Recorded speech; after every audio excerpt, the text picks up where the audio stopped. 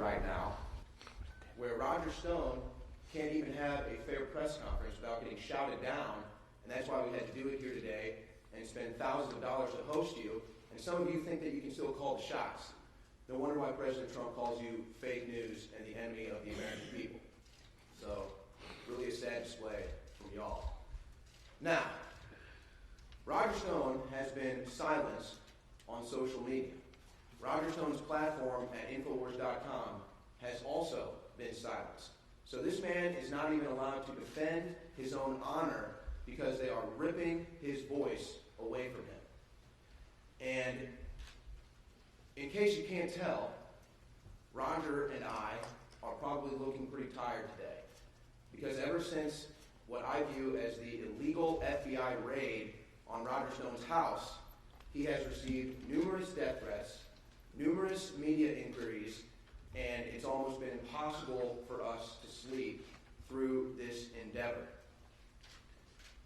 Now, anybody who saw the FBI raid on Roger Stone's house knows that it was clear to me, beyond a reasonable doubt, that somehow CNN got a leak. And now you have congressmen calling for an investigation into that. You've also seen a lot of violence against Trump supporters and a lot of threats, as I said, against Roger Stone. So now we have to walk around with increased security. In fact, there are a lot of people doubting a story that I was sexually harassed in Washington, D.C. by a Women's March protester marching against sexual harassment, sexually harassed me. People are doubting that story, saying it's fake news. Well, I'm going to go ahead and give out this individual's name, and I'm begging, unlike people on the left, unlike what you did to the Covington Catholic high school boys, and unlike what you've done to Roger Stone, I hope that you would not dox this woman and you would leave her alone. But Isabel O'Shaughnessy was arrested for sexually assaulting me. Okay? Also yesterday, I had a man try to rub spit in my eye. And this is all thanks to the lies in the mainstream media. And now they're trying to destroy an innocent man, Roger Stone. And I am just in a disbelief at how Roger has been able to keep his composure and maintain his energy throughout all of this.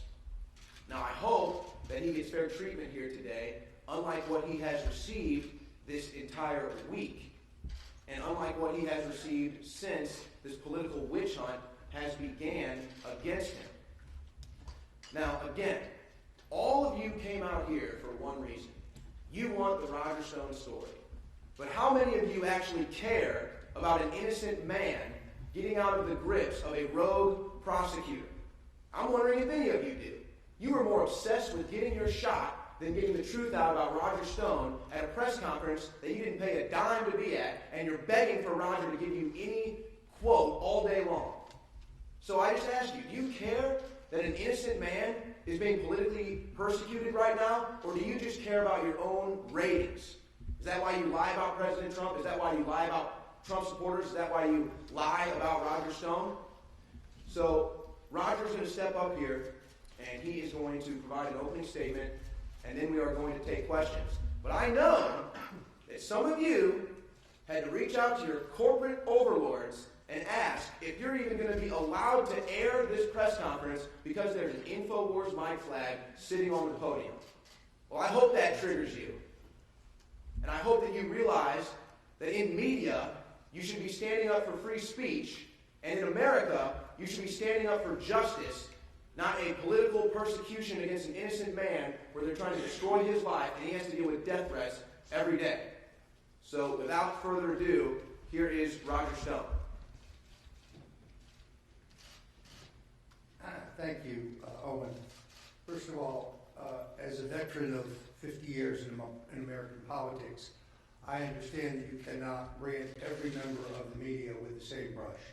And therefore, there are honest reporters in this room. There are capable, honest reporters in this room who are just trying to do their job and get the facts. And there are others who do not meet that criteria. So let's be clear. I do not regard the press or the media as the enemy. I regard some members of the press and the media as the enemy. That said, I wanted the opportunity to make a statement outside the courthouse the other day that was obviously physically impossible given the pushing, the shoving, the shouting, the spitting. I felt kind of like Vice President Richard Nixon in Caracas in 1958. I want to say, to begin with, that as I think most of you know, I have pled not guilty to the charges against me. I stress that these are all after-the-fact process crimes, and I am not accused of a Russian collusion. I'm not accused of collaboration with WikiLeaks. I am not accused of conspiracy. There is no evidence or accusation that I knew in advance about the source or content of the WikiLeaks materials, be that allegedly hacked material or allegedly stolen material. The allegation that I was less than truthful to the House Intelligence Committee to cover up what underlying crime.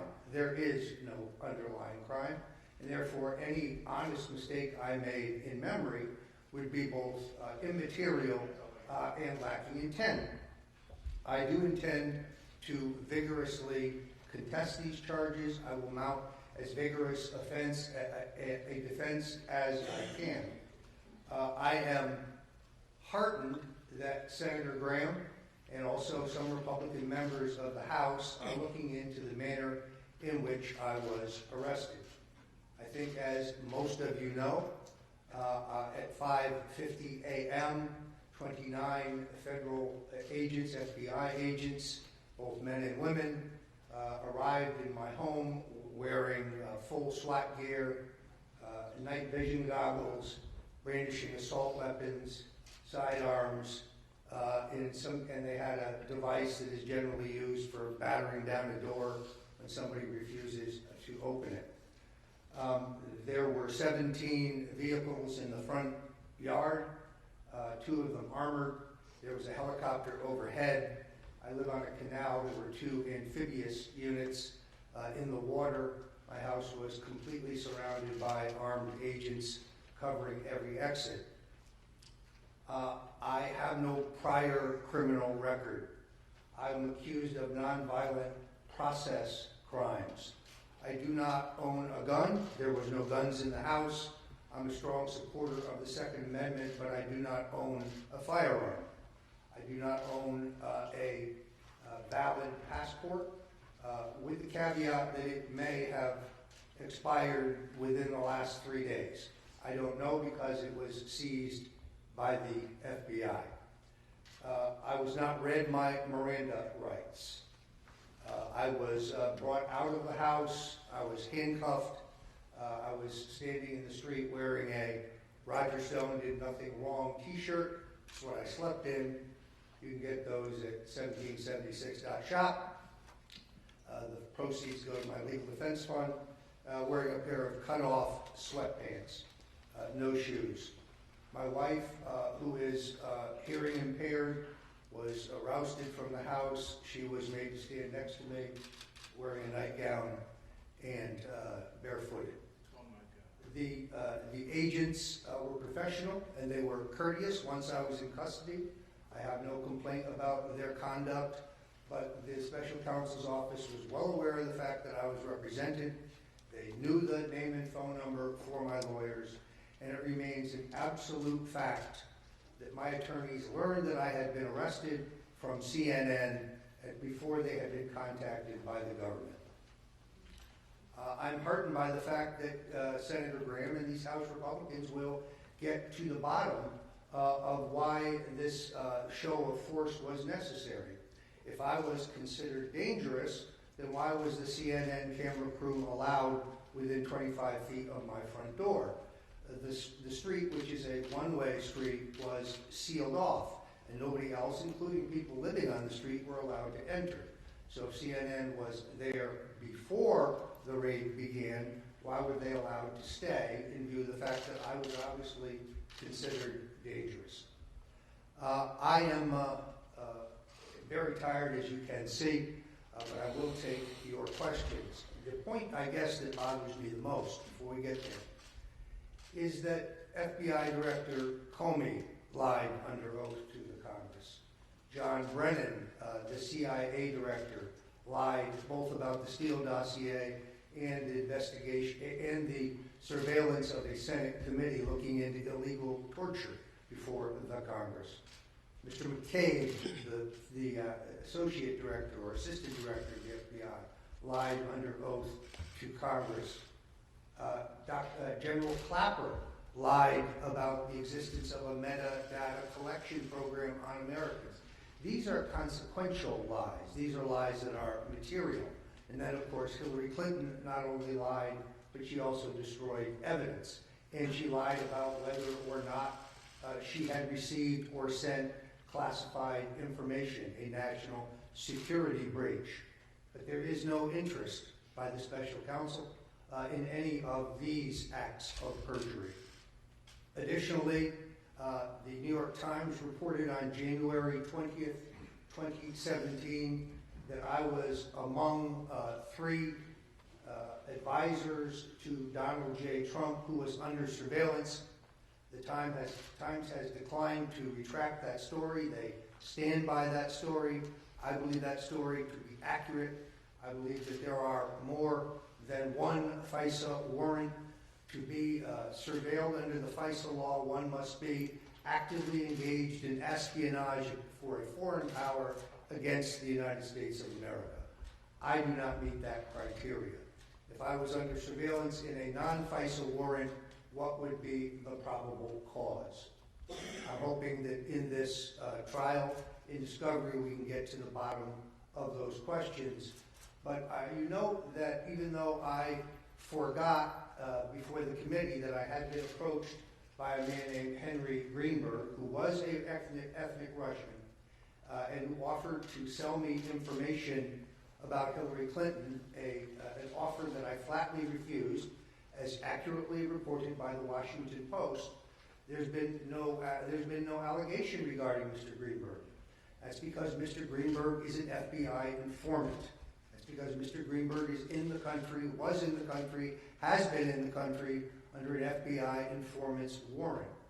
Why was an FBI informant approaching me in May of 2016, 2 months prior to the FBI saying they had opened their investigation into allegations of the president's campaign colluding with the Russians? These are questions that we hope to get to the bottom of. I am grateful to InfoWars for sponsoring this because, in all honesty, I lack the personal resources to pay for this room, to pay for this microphone, Mr. Green, to pay for any of this, and therefore I'm grateful to my colleagues at InfoWars for making this room available. I'm grateful to all of you for showing up. I have been fighting a war of censorship. I have a syndicated radio show with Owen Shroyer, my colleague, every day at 5 o'clock Eastern, 4 o'clock Central, called The War Room. We are censored across multiple social media platforms.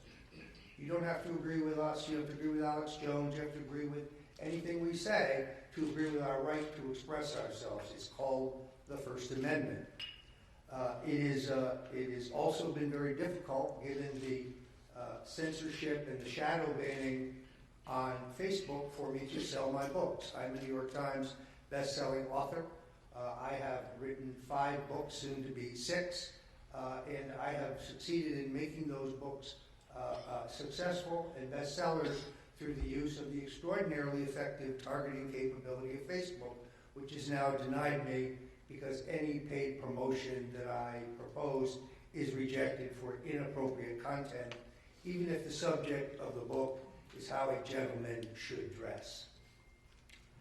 I will be happy to take your questions now. Let me say lastly, as I must, those who wish to help me can go to stonedefensefund.com. Thousands of Americans have. The special counsel has the unlimited resources of the American taxpayers, has a platoon of Ivy League lawyers. I'm very happy with my legal representation, but they need to get paid. Lawyers are not inexpensive in America. I'm happy to take a few questions now. Roger, I talked to Chris Christie this morning. Yes.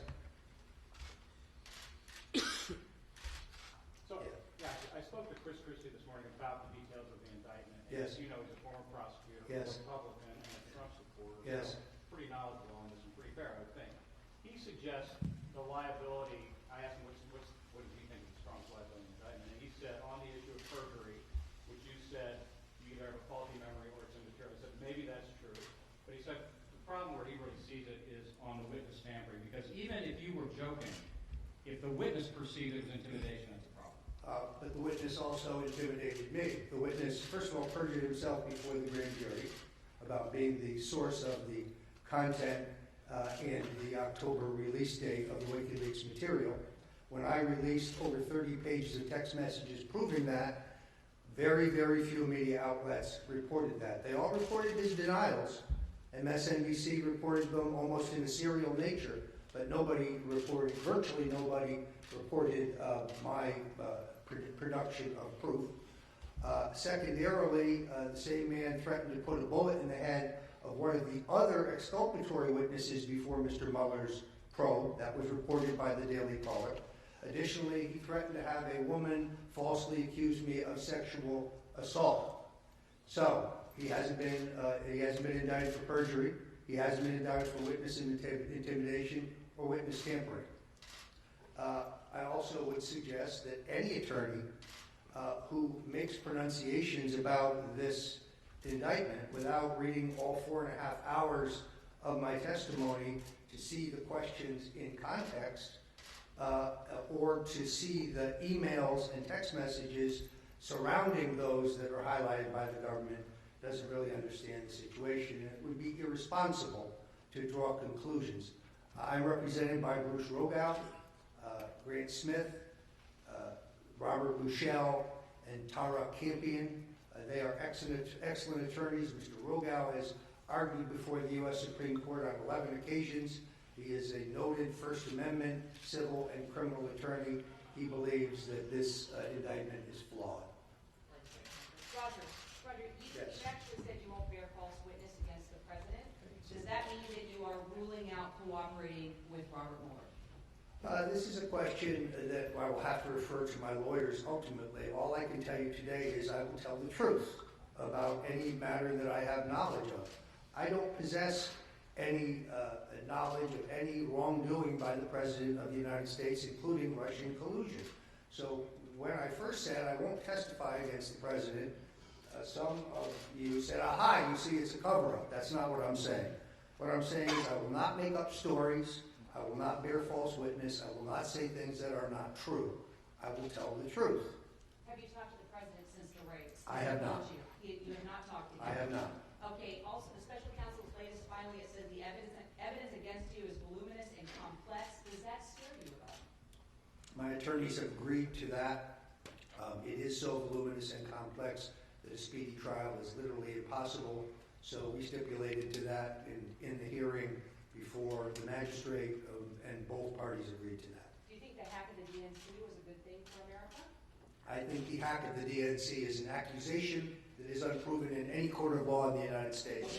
It is an assertion, but there is substantial forensic evidence that may never have been hacked at all. So I understand the credibility of those making that charge, but it is unproven in court.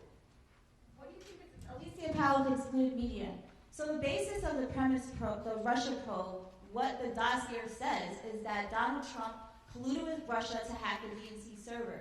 That's never been proved by the FBI. Or In anyone fact, else. Donna Brazil said that the DNC destroyed the server, hired a private cybersecurity firm, CrowdStrike, to give the FBI replicas of what was on the server, and that's the basis of the probe. Do you think that the acting attorney general should be looking into why the DNC destroyed its server, which is, like I said, the basis of this whole Russia investigation? Well, we don't know whether they have destroyed their server. We do know I am being sued by the Democratic National Committee, and my attorneys in that action have sent a spoliation letter demanding that the server be maintained and preserved so that it can be inspected, and we can get to the bottom of the question as to whether the DNC was ever hacked at all by anyone. Maybe you should be standing up here with me.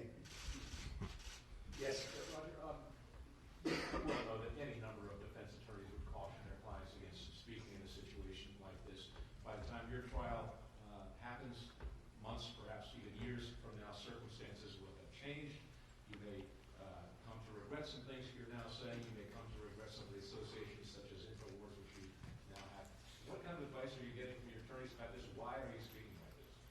first of all, if you've read my book, Stone's Rules, which I highly commend, I believe that in the current atmosphere, when one is accused of wrongdoing and one has no response, either is not available or doesn't comment, there's a presumption of guilt that perhaps is unfair but very real. I know what I did, I know what I didn't do, I know the facts of the case. I don't think I said anything today that I will regret. It will be obviously said with greater documentation in court in due time. As far as InfoWars is concerned, it's a media outlet, it's a network. I don't subscribe to everything Alex Jones says. Alex Jones doesn't subscribe to everything that I say. I'm probably a bit more libertarian than he is. We have many talented people there, but it is a perfectly reputable platform. I'm responsible for the things that I say. I agree with Alex Jones on a number of things. I'm a nationalist, he's a nationalist. We believe in American sovereignty, we believe in American exceptionalism. I'm grateful to them for hosting this, because otherwise I have no reasonable forum in which I can answer your questions. My cell phone is the only electronic device that I still have, which was restored to me by the FBI. I'm 400 messages behind from reporters wanting to ask me questions, so this was the most efficient way to do so. Roger, if you take yourself out of the equation and you just look at the broad scope of this, how do you explain the fact that Manafort, Flynn, Cohen, Papadopoulos case all have been found guilty of lying and all about one issue, which is Russia? I'm not sure I agree with that formulation. They were accused of that. I'm not any of them. I can only speak to my own case, and I am not guilty. Roger, are you ready tomorrow for Judge Jackson to give you the gag order? That's certainly a possibility. We'll deal with that when it comes. I would point out that I make a living writing and speaking about politics. I would hope that the court would take that into consideration. Obviously, the government has not made a motion for that as of today that we're aware of. It would require a hearing, as I understand it. Obviously, I will adhere to any ruling of the court if they should do that. On the other hand, I would also have the right, as I understand it, to appeal. So let's see what happens. Well, it looks like Yeah. investigators still want to talk to Andrew Miller. Are you prepared for the potential of a superseding indictment? What charges? I'm not aware of any information Mr. Miller has that would be detrimental to me. I have not spoken to Mr. Miller since the time that he was subpoenaed. Mr. Miller did not work for me in 2015 or 2016. He did attend the Republican National Convention. I looked around, I didn't see any Russians. You mentioned in a recent interview, Roger Jerome Corsi. Do you think he's going to be indicted? I couldn't speculate. Expanding on Corsi, recently you told me that you were considering a lawsuit against Corsi for defamation in light of him continuing to say things that you would say are false. Actually, I never said I was looking at a lawsuit in defamation. I was looking at the possibility of a lawsuit where you could get a declaration the statement is true or false that is allowed under our law. I think perhaps events have moved beyond that. I'm not going to get down in the gutter with Mr. Corsi. I have already said that a number of things that he said are untrue. I believe that that will get proved at trial when the appropriate time comes. Yes. Yes, Mr. Stone, aside from your house being violated, your reputation's been violated. You made a comment about advocating for the pardon of Marcus Garvey, and some of the mainstream media has almost implied that you're racist and that was insincere. And of course, I don't agree with that. Would you please clarify your stance? Yeah, this is one of the things that is hurtful, because I think people tend to put you in a box because I'm a Republican. But let me make this point. I have been an advocate for drug law reform for 25 years. I've been an opponent and critic of the 1994 crime bill, in which poor people and African Americans are subject to much harsher mandatory sentences for the possession of rock cocaine than wealthy white people who are in possession of powdered cocaine. President Trump has just fixed that problem in the more recent sentencing reform bill. Secondarily, I know that this is not a popular view, but it's one that I must say. I worked for Richard Nixon. It is Richard Nixon who desegregated the public schools, not Lyndon Johnson, not John F. Kennedy. It is Richard Nixon who gave us affirmative action. I'm one of the few conservatives who's written and spoken in favor of affirmative action. I think it was necessary. It was Richard Nixon who quadrupled law enforcement for civil rights law enforcement. It was Richard Nixon who increased ninefold funding for black colleges. So I have long been very interested in a posthumous pardon for Marcus Garvey, someone that I have read extensively about, someone who was actually one of my political heroes. I believe he was unfairly railroaded by the FBI. So when I was asked, have I asked the president for a pardon? The answer is no. Have I discussed it with anyone who works for the president? The answer is no. The only person I have ever written to the president advocating a pardon for is Marcus Garvey. You said that the Russia probe is a speeding bullet headed towards Donald Trump's head. Can you elaborate what you mean? Yes, I believe the purpose of this probe is to undo the results of the 2016 election. I think it is partisan by nature of the fact that they showed no interest in the Russian collusion by Hillary Clinton, the acceptance, as reported by the New York Times, of $145 million from the Russian-owned energy company at a time when control of 20% of our energy reserves were on the table for a shift of control to the Russian state. I think that's maybe the largest treasonous financial crime in American history. The illegal use of FISA warrants and surveillance, which is an abuse of power using the authority and capability of the state, which dwarfs what happened in Watergate as a constitutional crisis. The illegitimate use of the FBI to infiltrate the Trump campaign. There's no interest in any of these issues. All we keep talking about is non-existent Russian collusion.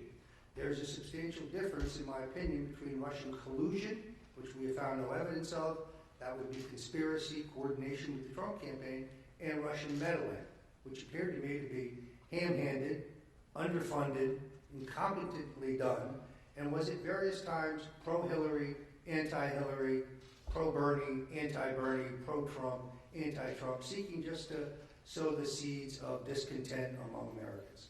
Roger, Alex Jones would like you to address what the president should do in response to the rogue special counsel, and also talk about the Democrat connections to Robert Mueller and the Russians. What Owen speaks to is the fact that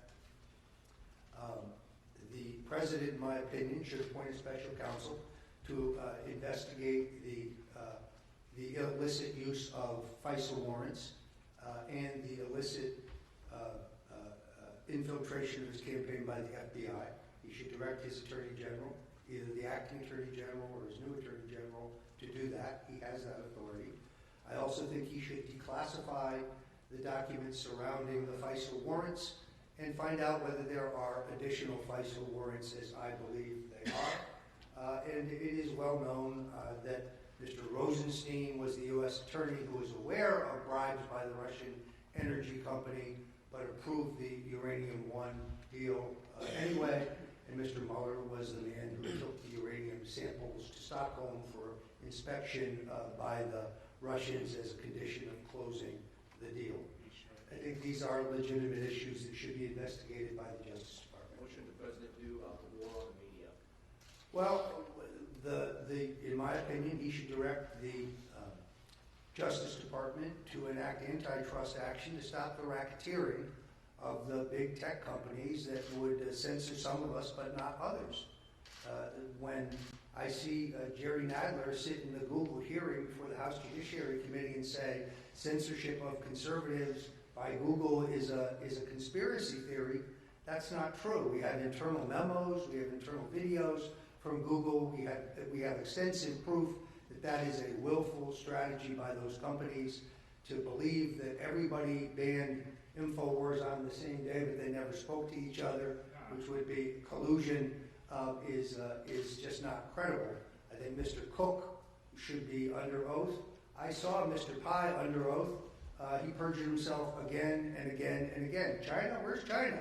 I don't even know, I couldn't even find China on a map. We're not doing business in China. That's a lie. Or the Google app does not allow you to track the whereabouts of a person. That's a lie as well.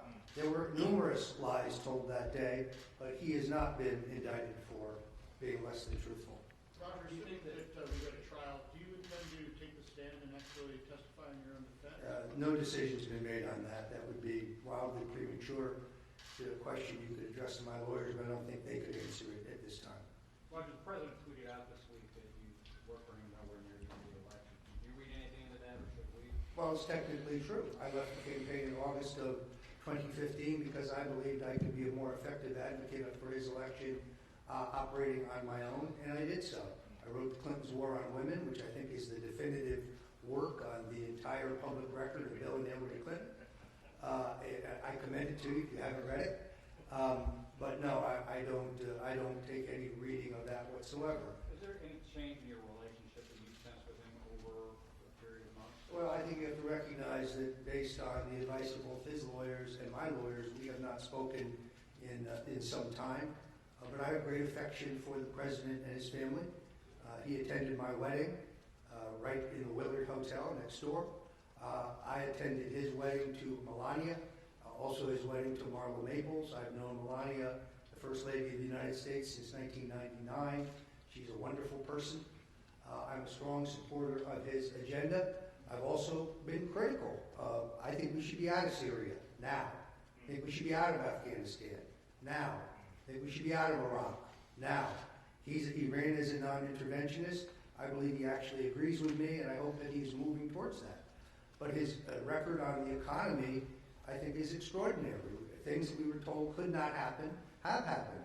500,000 new manufacturing jobs, 4.8 million new jobs, a record stock market, even with some of the corrections. So America is on its way back. I have great affection, and I remain a strong and loyal supporter of the president. You think he does for you as well? Because he had a good relationship with Michael Cohen at one point, and then when the legal things got complicated, that's when. I think my situation is quite different. Do you think Roger. that Hillary Clinton should be indicted? Anybody who is not asked a question from the media, yes, sir. Are you, you consider yourself a law and order person, right? I would say, generally speaking, yes. So then do you not think that what you describe as process offenses should be prosecuted? Or are you saying that they should not be prosecuted? I think process crime has to have intent and materiality. Let's see if that happens. And on the other crimes, let's see if they're even actually true. Yes. Roger, I know you've addressed this a little bit in your past meeting interviews, but there was a reference in the indictment to the notion of somebody being directed. I think you have sort of speculated as to who that might be. In the distance of time, the last 5 days, do you have any more sense as to what that's a reference to? I have no idea because it's not true. Nobody directed me to do anything nor inquired. I did not coordinate anything with the Trump campaign or with WikiLeaks in terms of their disclosures. I had a tip, which turned out to be a very good one, about the significance and the October timing of the WikiLeaks disclosures.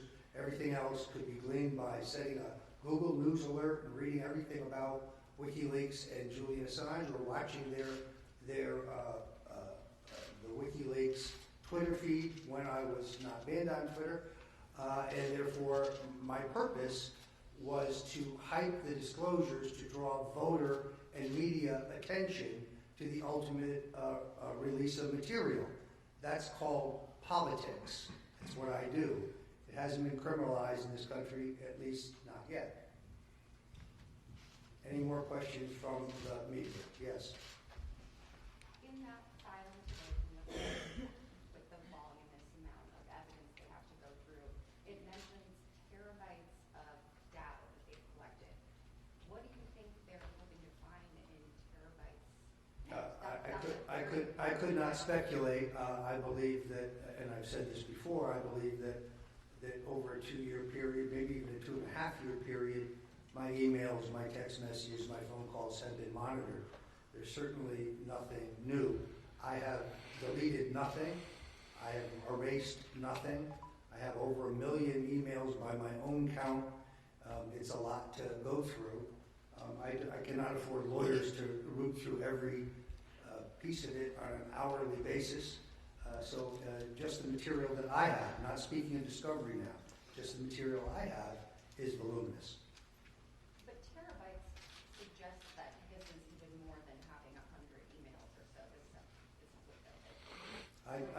I'm not knowledgeable enough about the situation to comment. Yes.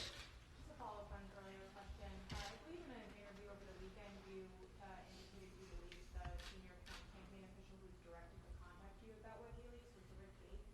Can you talk about why you think it was Gates and what your interactions were? Well, that would be speculation on my part, but I think the two officials referred to would be Steve Bannon. As most of you know, I wrote a column for the Daily Caller advocating that the president terminate Mr. Bannon. It was picked up by Drudge, and that makes it a big story. And 24 hours later, Mr. Bannon was fired. So he would have a certain animus towards me. The exchange of emails that is cited, which had been previously reported in the New York Times, he asked me a question about a public event, and I responded with two pieces of information that were reported by Politico and The Guardian that very morning. So there was no proprietary information there. Mr. Gates is seeking a reduction in his sentence.